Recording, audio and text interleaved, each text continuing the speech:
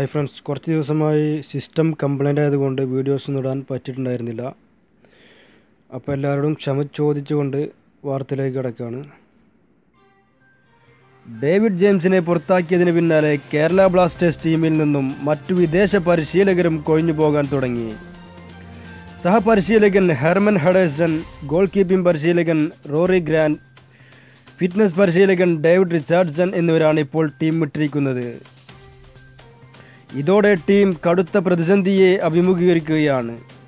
David James പരിശീലക സ്ഥാനം ഏറ്റെടുത്തതിന് പിന്നാലെയായിരുന്നു ഈ സഹപരിശീലകരും കേരള ബ്ലാസ്റ്റേഴ്സിനൊപ്പം ചേർന്നത്. ഡേവിഡ് ജെയിംസുമായുള്ള വ്യക്തിബന്ധമായിരുന്നു ഇവരെ ബ്ലാസ്റ്റേഴ്സിനോട് അടുപ്പിച്ചത്.